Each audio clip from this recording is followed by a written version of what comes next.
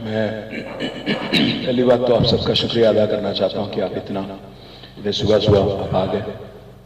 हमारे पार्टी की तरफ से पिछले 2-2.5 महीने से हम लोग कैंपेन में लगे हुए हैं, तो इनमें से कई सारे इश्यूज ऐसे हैं जिनके बारे में मैं थोड़ा क्लैरिफिकेशन देना चाह रहा था, खास हमारे माइनॉरिटीज। तो यह है कि कांग्रेस पार्टी एक जबरदस्त नेगेटिव प्रोपेगेंडा चलाते हुए हमारी केसीआर साहब की हुकूमत को, बीआरएस हुकूमत को बदनाम करने की बहुत बड़ी कोशिश कर रही है। उन्होंने एक रूमर प्रोपेगेंडा ये चालू कर दिया कि 9 मस्जिदों की शहादत हो गई जब से बीआरएस पार्टी यहाँ पे सत्ता संभाली, यहाँ पे जब से बीआरएस की हुकूमत आई। मैं खुलासा करना चाहता हूँ, क्लैरिफाई करना चाहता हूँ आप सबको, इसमें कोई सच्चाई नहीं है, बिल्कुल ही गलत है, सरासर गलत है। ये झूठ के बुनियाद पे आज एक नेगेटिव प्रोपेगेंडा कांग्रेस पार्टी जो कर रही है, ये सरासर गलत है। मैं पूरी तरह से मैं डिटेल भी लाया, मैं पूरा छानबीन करके, तहकीकात करके हमारे पार्टी की तरफ से और हमारे गवर्नमेंट की तरफ से मैं जो भी आज डिटेल कह रहा हूँ, I am up for any scrutiny. आप कोई भी स्क्रूटिनी आप करना चाहें, हम तैयार हैं। जो 9 मस्जिदों की बात कर रहे हैं कांग्रेस पार्टी वाले, मैं बोलना चाहता हूँ, मस्जिद यखाना और अशूर खाना अंबरपेट में जो मस्जिद थी, वहाँ पे हुआ क्या है कि ओरिजिनली एक रेसिडेंस था और अंबरपेट की जो फ्लाईओवर बन रही थी वो 6 नंबर चौरस्ते पे, तो रोड एक्सपेंशन के वास्ते जब बात आई ये मस्जिद खाना अशूर खाना की, तो वहाँ पे एक मुस्लिम फैमिली रह रही थी। उन्होंने इनफैक्ट किराए पे भी दिया हुआ था एक शॉप के वास्ते।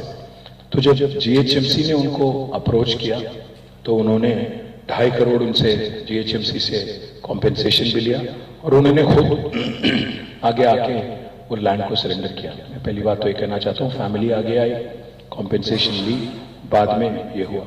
साथ ही साथ तेलंगाना सेक्रेटेरिएट जब नहीं बन रही थी, पुरानी जब सेक्रेटेरिएट तोड़ के नहीं बनाने की जो बात हुई, तो उसमें मस्जिद दफ्तरे मोतामदी और मस्जिद हाशमी दोनों के बारे में बहुत सारे अफवाहें, बहुत सारे लोग आज कैंपेन कर रहे हैं, बट ये हकीकत तो यह है कि दोनों के दोनों शानदार तरीके से बनाए गए। और हमें तो बस एक और बात भी कहना है, बीजेपी वाले तो ये कहते हैं कि सेक्रेटेरिएट खुद मुस्लिम आर्किटेक्चर, इस्लामिक आर्किटेक्चर पे बेस है करके बीजेपी वाले भी बदनाम कर रहे हैं। आप देखिए, ख्वाजा महमूद शमशाबाद मास्क जो है, ये वहां पे एक म्युनिसिपल कमिश्नर थे जिनका नाम है साबिर अली। जिस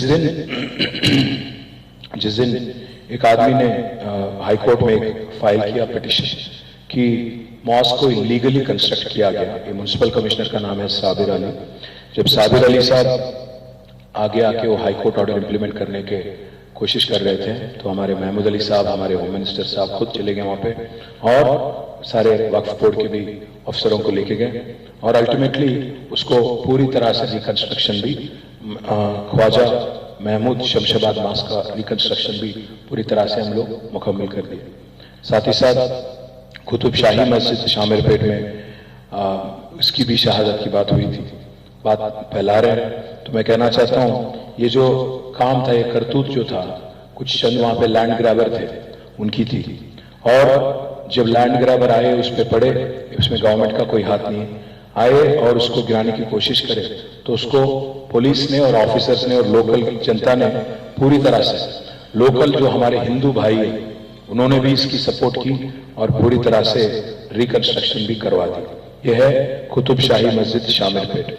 और एक कुत्तागुड़म भद्राद्री में 2019 की बात हो रही है कि एक मस्जिद की शहादत हो गई जो फॉरेस्ट एरिया में थी।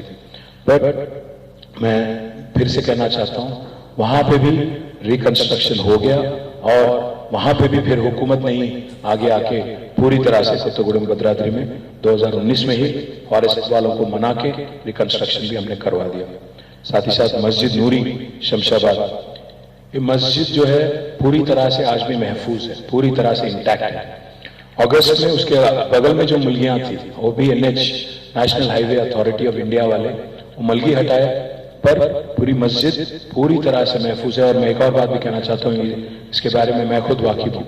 हमारे जो लोकल एमपी है रंजीत रेड्डी और लोकल एमएलए जो है प्रकाश गौड़, दोनों भी मेरे पास आए थे वहाँ के लीडरों को लेके, और हमने यहाँ पे मस्जिद नूरी का एक नया मस्जिद भी हमने बनाया। इसमें मलगी चले गए पर मस्जिद इंटैक्ट है और नया मस्जिद भी वहाँ पे बनवा दिया गया।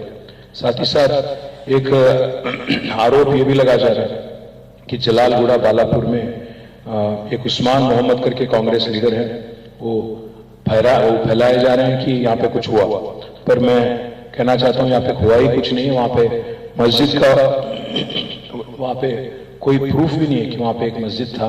तो जो उस्मान मोहम्मद है, ये जो आज कह रहे हैं, ये जो आरोप लगा रहे हैं, सरासर गलत है।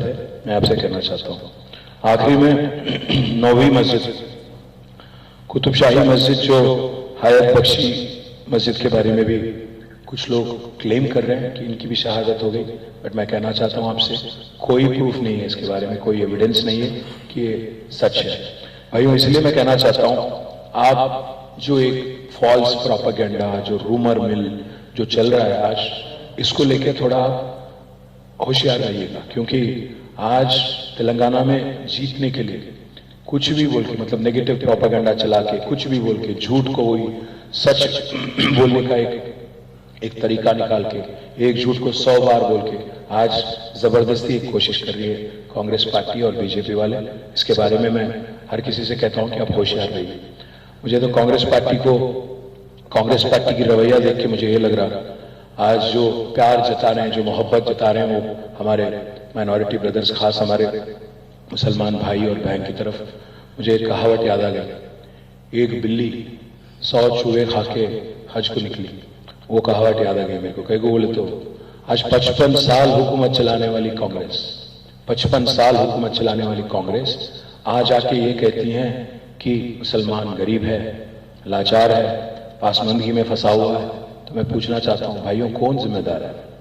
55 साल हुकूमत चलाने वाली कांग्रेस जिम्मेदार है कि 9 साल हुकूमत चलाने वाले केसीआर जिम्मेदार? आज गड़बड़ है और मैं आज पूरी जिम्मेदारी के साथ बात कह रहा हूं। आज कांग्रेस पार्टी ने जो माइनॉरिटी डिक्लेरेशन लाया, ये अगर अमलावरी होगी इसकी, तो सबसे ज्यादा नुकसान होगा मुसलमानों का। वो इसलिए क्योंकि कांग्रेस पार्टी कहती है अपनी माइनॉरिटी डिक्लेरेशन में कि सेंसस कराएंगे और माइनॉरिटीज को ले जाके मुसलमानों को बीसी में डालेंगे। मैं पूछना चाहता हूं, बीसी और मुस्लिम का क्या वास्ता है?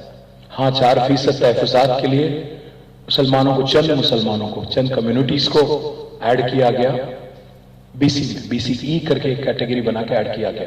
बट इसका मतलब ये नहीं कि पूरे के पूरे मुसलमान आज बीसीई कैटेगरी में हैं। आज बीजेपी और कांग्रेस दोनों भी एक ही आवाज से बोल रहे हैं। अमित शाह, किशन रेड्डी और नरेंद्र मोदी ये कहते हैं कि 4% तहफुजात हटा देंगे। मैं उनसे कह रहा हूं, आपसे भी कह रहा हूं और कांग्रेस वालों से भी कह रहा हूं, जो 4% तहफुजात है ये रिलीजन के बेसिस पे नहीं है। बैकवर्ड क्लासेस कमीशन ने मुसलमानों में जो लोग गरीब हैं, जो लोग पॉवर्टी, बिलो पॉवर्टी लाइन है, उनको बीसीई कैटेगरी में, उनको हर किसी मुसलमान को नहीं, उनमें से कुछ लोगों को इसमें ऐड करते हुए फिर बैकवर्ड क्लास कमीशन ने ये रिपोर्ट दिया था कि आप रिजर्वेशन अमल करो। आज अगर सेंसस करेंगे जैसा कांग्रेस पार्टी कह रही है, कास्ट सेंसस करेंगे और मुसलमानों को ले जाके अगर बीसीस में अगर इंक्लूड कर देंगे, आपका माइनॉरिटी दर्जा चला जाएगा। माइनॉरिटी वेलफेयर मिनिस्ट्री नहीं रहेगी, माइनॉरिटी कमीशन नहीं रहेगी, माइनॉरिटी कॉरपोरेशन नहीं रहेगी, और माइनॉरिटीज के लिए अलग से जो आपके लिए एक प्रोविजन है, क्योंकि आपको ऑलरेडी दस्तूर आपको पहचानती है। आज रिलीजियस माइनॉरिटीज को कॉन्स्टिट्यूशन ऑफ इंडिया रिकॉग्नाइज करती है, दस्तूर रिकॉग्नाइज करती है। बट कांग्रेस पार्टी का ये नादानी नहीं है। मुझे तो लगता है कि आज एक आरएसएस का आदमी आज कांग्रेस पार्टी को चला रहा है तेलंगाना में, रेवंत रेड्डी।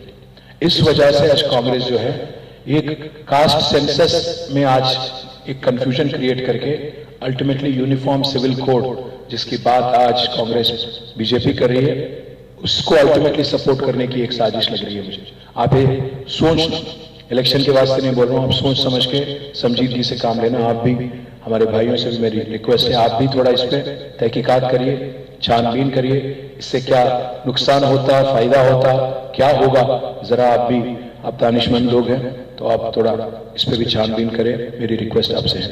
क्योंकि एक बार अगर आप बीसी में इंक्लूड हो गए तो फिर माइनॉरिटी वेलफेयर मिनिस्ट्री की कोई चांस नहीं रहेगा, माइनॉरिटी कमीशन की कोई चांस नहीं रहेगी, और अलग से बॉडी जो इंतजाम इससे पहले किए गए थे उनका कोई भी आपको फिर मौका नहीं मिलेगा। आखिरी में मैं एक कहूंगा जरूर, माइनॉरिटी डिक्लेरेशन जो उन्होंने बनाया, सेंसस की जो बात की, वो सेंसलेस बात है, वो सेंसस नहीं सेंसलेस बात है।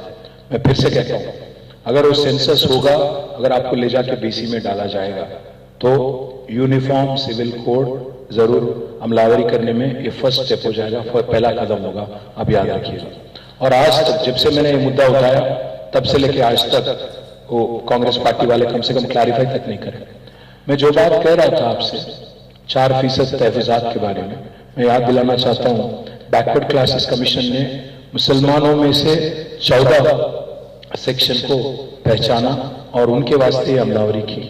कई सारे लोगों को इसमें एक्सक्लूड भी किया गया था। आज ना अमित शाह जानते हैं, ना किशन रेड्डी जानते हैं, ना रेवंत रेड्डी जानते हैं कि आज मुसलमानों में सैयद, मुगल, पठान, ईरानी, बोरा जैसे कम्युनिटीज को रिजर्वेशन अमल नहीं होती।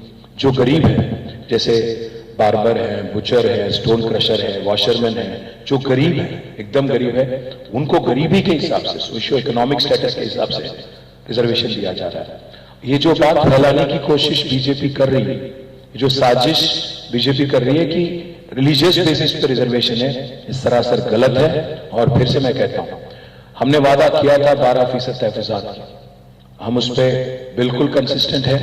2016 में हमने तेलंगाना असेंबली में एक बिल पास किया कि आप बढ़ाइए रिजर्वेशन, सुधीर कमीशन को हमने बिठाया और उस कमीशन के बेसिस पे, रिलीजन बेसिस पे नहीं बल्कि उनके कमीशन के बेसिस पे हमने बिल पास करके दोनों भी हाउसेस में, असेंबली में, काउंसिल में, हमने दिल्ली भेजा। पर दिल्ली में जो बीजेपी की हुकूमत है, आप तो जानते ही हैं आपकी तरफ उनकी क्या रवैया है।